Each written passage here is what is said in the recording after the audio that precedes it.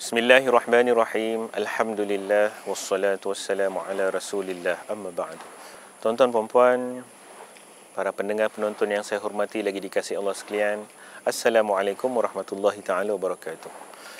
Tuan-tuan puan-puan, setiap pagi apabila kita bangun, kita rasa bersyukur kerana kita melihat matahari terbit di sebelah timur.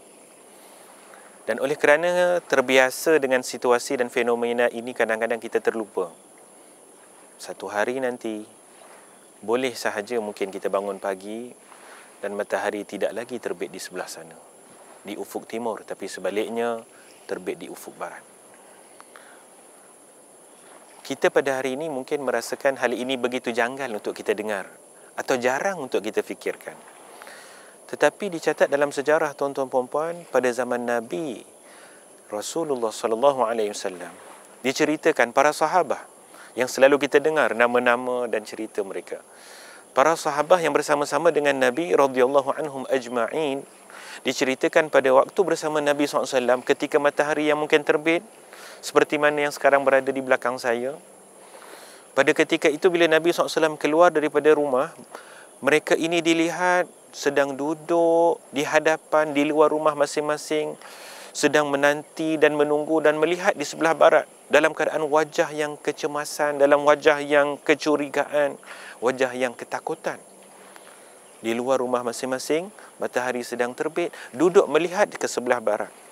Nabi SAW setiap bila lalu begitu, akhirnya tertanya dan bertanya kepada mereka, "Wahai sahabat-sahabatku, kenapa kamu duduk macam ni sekali?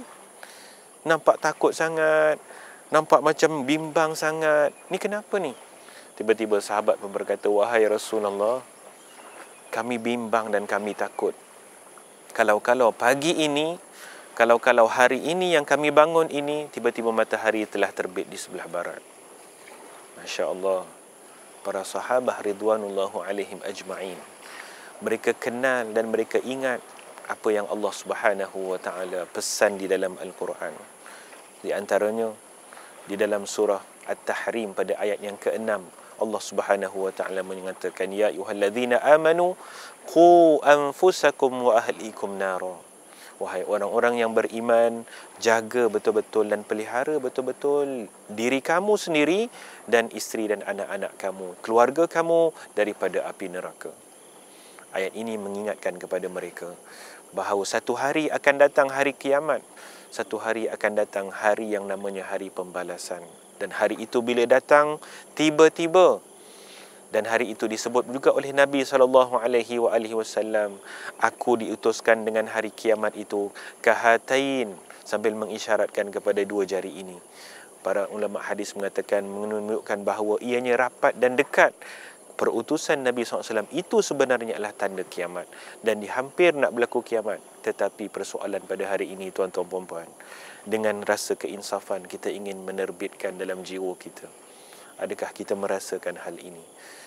Kita pada hari ini yang sebenarnya telah lebih hampir. Alhamdulillah, kita berkata asbahna wa asbahal mulku lillah. Ya Allah, kami berpagi dalam keadaan rasa syukur, mengagung dan merasakan kekuasaan itu milik-Mu ya Allah.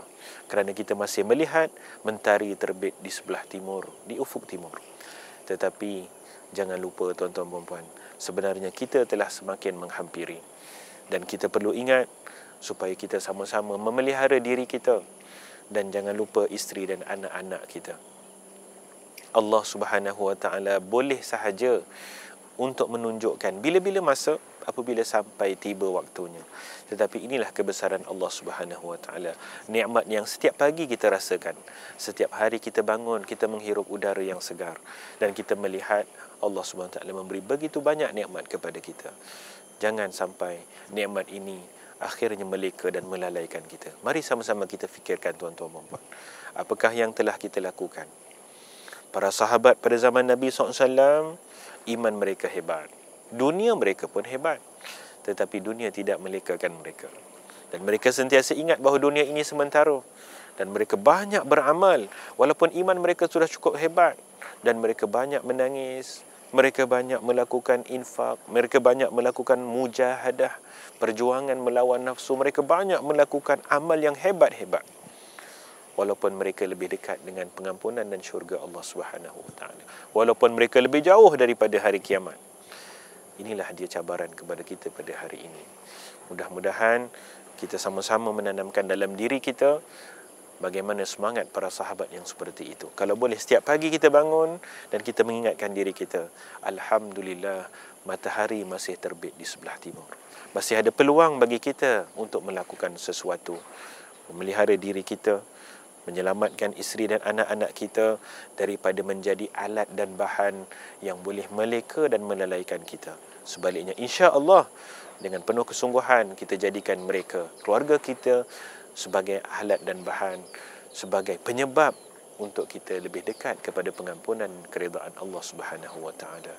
Amin ya rabbal alamin. Sekian aqulu qawli hadza, astaghfirullahal azim li wa lakum. Wassalamu alaikum warahmatullahi taala wabarakatuh.